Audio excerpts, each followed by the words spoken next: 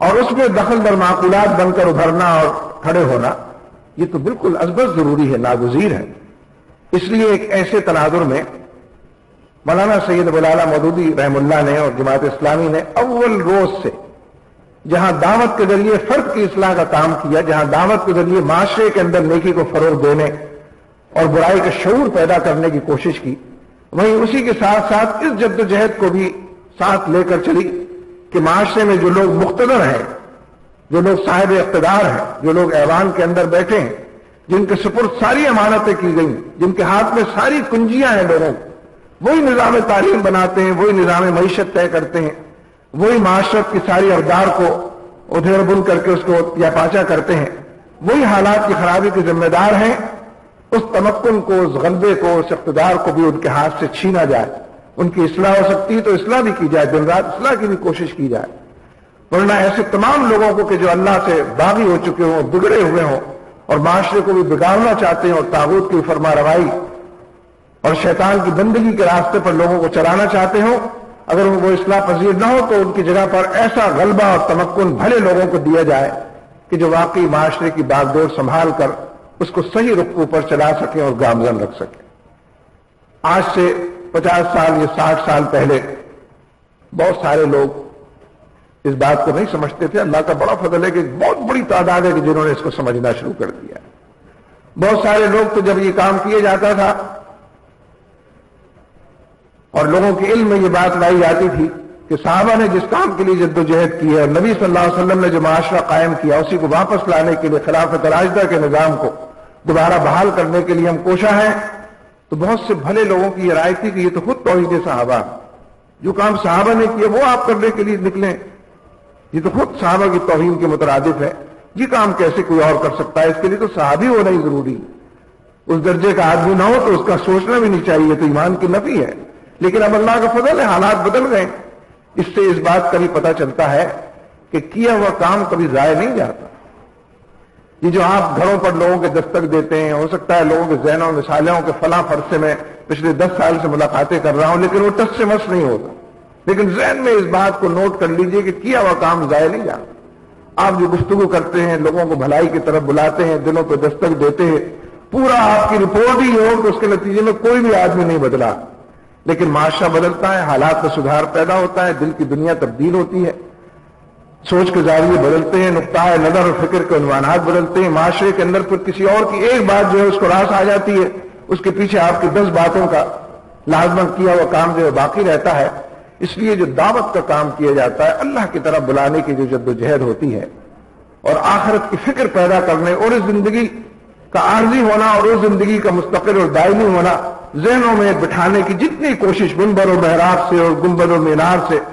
ہانکے اور پکارے انفرادی اور اجتماعی تمام دائروں کے اندر جو ہوتی ہے وہ ضائع کبھی نہیں جاتی۔ آسمان اس کو اچک نہیں سکتا، زمین اس کو جذب نہیں کرتی، فضاؤں میں وہ تحلیل نہیں ہوتی، ہواؤں کے اندر وہ گم نہیں ہوتی، وہ ایسے ہی ادھر ادھر کہیں خاک و خون کے اندر رنگمل نہیں جاتی، بلکہ دعوت کا کام ہمیشہ نتیجہ خیز ہوتا ہے، دیر سے ہو، آج ہو، کل ہو، کسی اور کے کھاتے میں ہو جاتا ہے، کسی اور کی رپورٹ، لیکن جس کے سامنے رپورٹ پیش ہونی ہے وہاں تو وہ صحیح رپورٹ کے اندر لکھا ہوتا ہے۔ اس لیے 50-60 سال کے اس کام کے نتیجے میں ذہن بدلے ہیں، ترجیحات بدلی ہیں، سوچ کے عنوان بدلے ہیں، دین اور سیاست کی دوری بڑی حد تک آپ میں سے کچھ لوگوں کو یاد ہوگا کہ ایوب خان صاحب جب یہاں سربراہ ہوا کرتے تھے تو انہوں نے مولانا مودودی کو تانا دیا تھا اور کہا تھا کہ یہ جو لوگ بڑا نیکی کا پندار رکھتے ہیں اور نیک بنے پھرتے ہیں یہ بھی اقتدار کی کرسی کی لالچ میں آگے بڑھنے لگتے ہیں اور اس کے لیے کوشاں ہوتے ہیں اور یہ سیاست میں اپنے آپ کو اس لیے لائیں کہ یہ خود اقتدار چاہتے ہیں۔ تو مولانا مودودی نے جم کر اس کا جواب دیا تھا۔ ہمارے یہاں تو اب بھی بعض لوگ اس کو جو کرسی کا نام جب لیتے ہیں تو لوگ یہ تانا سن کر ذرا منہ پھیر لیتے ہیں، نہیں ہم کرسی کیوں نہیں چاہتے بھائی، یعنی کرسی سارے برے لوگوں کے لیے، کرسی کا مطلب ہے اقتدار، تمکن، امانتوں کا سپرد ہونا،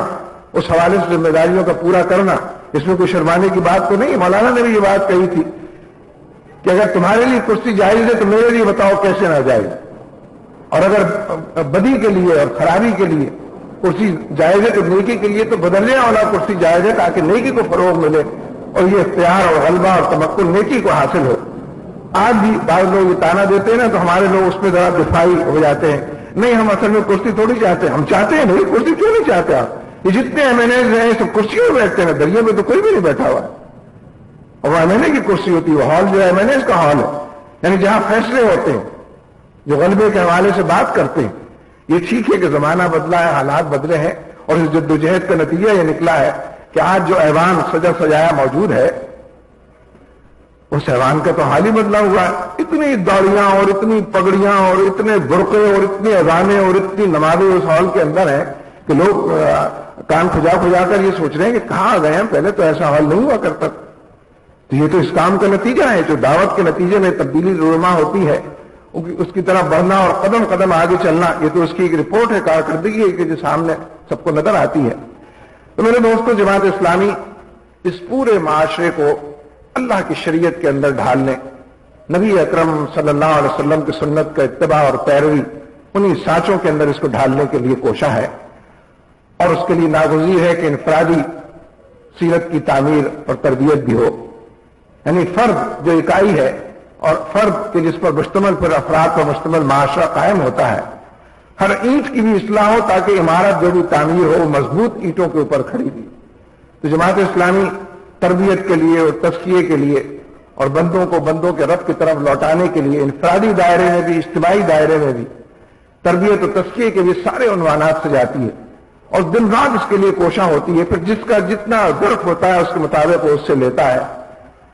جتنی استعداد اخذ و قبول کا کوئی مظاہرہ کرتا ہے اس کے مطابق وہ قرآن و سنت کی رہنمائی کو اپنے اندر جذب کرتا ہے, تبدیل کرتا ہے, ترجیحات تبدیل کرتا ہے, سوچ کے انداز بدلتا ہے. اور پھر ان تمام لوگوں کو کسی کلیہ کے اندر گو پھوڑنے والا کام نہیں, بلکہ میدان عمل کے اندر نکل کر جو کفر کی یلغار ہے, جو منکر کی یلغار ہے, اس کو للکارنے, اس کو چیلنج کرنے, اس کے مطابق اس سے پنجہ آزمائی کرنے. ہاں, اس میں یہ بات بالکل مضمر اور پنہا ہے کہ سیکولرزم کا جو نظام طاغوت کا معاشرے کے اندر قائم ہے وہ بظاہر کہتا ہے کہ اس کے پاس کوئی فلسفہ ہے, اس کے پاس کوئی دلیل ہے, اس کی کوئی تاریخ ہے, اس کا کوئی جغرافیہ ہے, اور وہ کہتا ہے کہ میں اس کے انبار لگا سکتا ہوں, اپنے حق میں بات کر سکتا ہوں. حالانکہ سب سے زیادہ بودا اور سب سے زیادہ بے دلیل اور بالکل مکڑی کا جالا ہے کہ جس کو ہم یہ باطل کہتے ہیں, اور جو آج کا نظام ہمارے معاشرے کے اندر قائم ہے. اس لیے ناگزیر ہے کہ جہاں سودی نظام موجود ہو وہاں غیر سودی نظام پہنچے اور دلائل سے بات کرے کہ تمہارے اس نظام نے, تم نے دنیا کو سوائے غربت کے, سوائے ناانصافی کے, سوائے ظلم کے کچھ بھی نہیں دیا. تم جو سودی نظام ہو تم غریب کو غریب تر کرتے ہو, امیر کو امیر تر کرتے ہو. غریب ملکوں کی دولت امیر ملکوں کی طرف جاتی ہے, معاشرے کے اندر غریب انسانوں کی دولت جو بھی ان کو میسر ہے امیر انسانوں کی طرف جاتی ہے. تم طبقاتی کشمکش پیدا, تم ناکام ہو چکے ہو. میں کامیابی کی ضمانت دیتا ہوں. غیر سودی نظام جو ہے وہ دلیل سے بات کرے, واقعات اور شواہد سے بات کرے, اعداد و شمار سے بات کرے, قابل عمل ہونے کی بات کرے. جتنی فحاشی اور یعنی بے حیائی کے نام سے جن چیزوں کو ہم جانتے ہیں, ظاہر ہے ان کی مذمت بھی ایمان کا تقاضا ہے. کیا آدمی کہہ سکتا ہے میں اس کو غلط کہتا ہوں, برا, مجھے نہیں پتا, دلیل میں نہیں دے سکتا کوئی, لیکن میں ایمان کا, یہ بھی بالکل ٹھیک ہے یہ بات. لیکن اسی کے ساتھ ساتھ معاشرے میں سب طرح کے لوگ ہیں, ہم دلیل سے بھی اس کو سمجھائیں, ہم براہین اور واقعات سے بھی بتائیں, ہم اس فحاشی اور یعنی بے حیائی کو بتائیں. تم نے معاشرے کو تباہ کیا ہے, تم نے اس کو زنگ لگایا ہے, تم نے دیمک کی طرح چاٹا ہے, تم نے حالات کی خرابی کا قلادہ ہمارے گردن کے اندر ڈالا ہے. تمہاری وجہ سے ہمارا خاندانی نظام بگڑا ہے, تمہاری وجہ سے ہمارے بچوں کا مستقبل خراب ہوا ہے, تمہاری وجہ سے تم ریڈیو پر آتے ہو, تم ٹی وی پر آتے ہو, فحاشی اور یعنی بے حیائی کے عنوانات سے, تم پرنٹ میڈیا کے اندر چل کر آتے ہو, تم ہمارے نظام تعلیم میں تم نے دخل در معقولات کیا ہے, گھس کے بیٹھے ہو, تم نے یہ اور یہ خرابیاں پیدا کی ہیں. اس کے مطابق آپ چارج شیٹ کریں, متبادل کے طور پر اپنے آپ کو پیش کریں. اس لیے جس چیز کا نام دعوت ہے, جس چیز کا نام جدوجہد ہے, جس چیز کا نام انقلاب ہے, جس چیز کا نام کشمکش ہے, اس کا مطلب ہی یہ ہے کہ ہر برائی کے مقابلے میں نیکی پہنچے, ادب کا دائرہ ہو, شعر کا میدان ہو. جدوجہد کی کتنی کوششیں, غلامی کے جتنے عنوانات ہیں ان سب کے مقابلے میں آزادی کی نعمت وہاں پر پہنچے. ظاہر ہے کہ یہ ملکہ صرف اسلام اور اس کے جتنے عنوانات ہیں وہی اپنے لیے کریڈٹ لے سکتے ہیں. کہ آپ دیکھیے کہ 13 سال سے کشمیر کے اندر جہاد ہو رہا, اور اگر بھارت آج بھی واویلا کرتا ہے, شور مچاتا ہے اور کہتا ہے کہ پاکستان براندازی بند کرے, یہ جو کراس بارڈر ٹیررزم ہے اس کو وہ ختم کرے, تو گویا یہ اعتراف تو وہ خود کر رہا ہے کہ اس کی 7 لاکھ فوج یہ ختم نہیں کر سکی, وہ شکست کا اعلان کر رہا ہے. کہ مجھے 13 سال گزر گئے ہیں، 7 لاکھ فوج میری، 3 لاکھ فوج لائن آف کنٹرول پر لگی ہوئی ہے، لیکن میں دراندازی بند نہیں کر سکا ہوں، میں اس جہاد کو ختم نہیں کر سکا ہوں۔ ہر چراغ سے نیا چراغ جل رہا، ہر شہید کے خون سے، ہر قطرے خون سے نیا شہید اٹھ کر کھڑا ہو رہا ہے، اور بھارت اور اس کی فوج کے سینے پر بوند ڈل رہا ہے، ان کا قافیہ تنگ کر رہا ہے، ان کو زندگی نہیں موت کے کنویں کے اندر مسلسل دھکیل رہا ہے۔ اور بھارت 13 سال بعد بھی اگر معذرت خواہانہ رویہ اختیار کر کے پاکستان سے مطالبہ کرتا ہے تو گویا وہ اس بات کو تسلیم کر رہا ہے کہ اس کی فوج ناکام ہو چکی ہے، اور جذبہ جہاد اور شوق شہادت روز افزوں ہے اور مسلسل کامیابی کی طرف گامزن۔ یہ دلائل ہیں، یہ واقعات ہیں، یہ حالات ہیں کہ جو کام فوجیں نہیں کر سکیں، یعنی وقت نے اس بات کو اس 20 سال کے اندر بھی بار بار ثابت کیا ہے کہ جذبہ جہاد اور شوق شہادت کا مقابلہ کوئی سائنس اور کوئی ٹیکنالوجی نہیں کر سکی۔ روس کی سائنس اور ٹیکنالوجی سب سے زیادہ سپیریئر تھی، امریکہ سے بھی سپیریئر تھی جب وہ افغانستان میں آیا، لیکن چند سالوں میں اسے آٹے دال کا بھاؤ پتہ چل گیا، لوگوں نے دیکھا، دودھ کا دودھ اور پانی کا پانی دیکھا، تیل اور تیل کی دھار دیکھی، اور روس کی فوج کو واپس لوٹتے ہوئے دیکھا، اور لوگوں نے دیکھا کہ وہ سوشلزم اور کمیونزم اس طرح ہواؤں میں تحلیل ہوا اور فضاؤں میں گم ہوا، ناپید ہوا، تاریخ و جغرافیہ اس کا بدلا کہ وہ جو بیچتے تھے دوائے دن 75 سال سے، وہ دکان اپنی بڑھا گئے، سب کچھ اس کا ختم ہو گیا۔ جذبہ جہاد، شوق شہادت، کوئی باقاعدہ آرمی وہاں تعینات نہیں تھی کہ جو آرمی کا مقابلہ کر رہی ہے، یہ جذبے تھے اور شہادت کا شوق تھا۔ اس لیے میں نے عرض کیا نا کہ جہاں جو برائی، جو غلامی کی جتنی شکلیں، اللہ کے علاوہ جو طاغوت کی فرما روائی کے جتنے عنوانات ہیں، ہر جگہ نیکی پہنچ کر اپنے دلائل دے، اپنے واقعات بیان کرے، لوگوں کو سمجھائے، اس کو بتائے، اس کو ہم افہام و تفہیم بھی کہتے ہیں، اس کو ہم دعوت کا پیرایا بھی کہتے ہیں، اور اس کشمکش کے اندر ہر حوالے سے اپنی برتری کو ثابت کرے۔ اور الحمدللہ آج کے دور کے اندر اسلام پر بھی سامنے سے حملہ آور ہونے کی کوشش کسی کے اندر دم نہیں، سامنے سے وہ اس کو دہشت گرد کہتے ہیں، دہشت گردی کہتے ہیں، جہاد کا نام نہیں لیتے، اس کے نتیجے میں جہاد مزید فروغ پائے گا، لیکن الحمدللہ فروغ پا رہا ہے۔ اور حقیقت یہ ہے، میں یہ آخری بات کہہ کر بات کو ختم کرتا ہوں، کہ جو ابھی پچھلے دنوں فلسطین میں ہماری ایک بہن نے جام شہادت نوش کیا، اپنے جسم سے بم باندھ کر خودکش بامبنگ میں وہ شریک ہوئی ہے، اور اس کلب کے اندر اسرائیل میں درجنوں لوگ اس کے نتیجے میں ہلاک ہوئے، درجنوں لوگ زخمی ہوئے۔ اس کے بعد اس کی ماں اور اس کی بہن کا ایک انٹرویو الیکٹرانک میڈیا نے، مغربی میڈیا کو دینا پڑا، انہوں نے دیا، بعد میں چھپا ہے، اور سب جگہ پر تصویریں بھی چھپی ہیں۔ ہونا تو یہی چاہیے تھا کہ وہ ماں رو رو کر ہلکان ہو چکی ہوتی، اور وہ جو اس کی چھوٹی بہن تھی اس کی منہ سے زبان سے کوئی بات نہ نکلتی، لیکن وہ ماں اور بیٹی، اپنی بیٹی اور اپنی بہن کے بارے میں جن جذبات کا انہوں نے اظہار کیا اور جو انٹرویو انہوں نے دیا،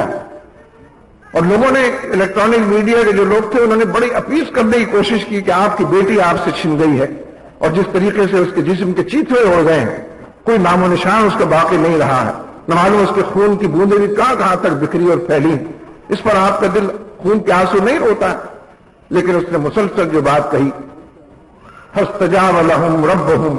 انی لا اضیع عمل عامل منکم من ذکر او انثى بعضکم من بعض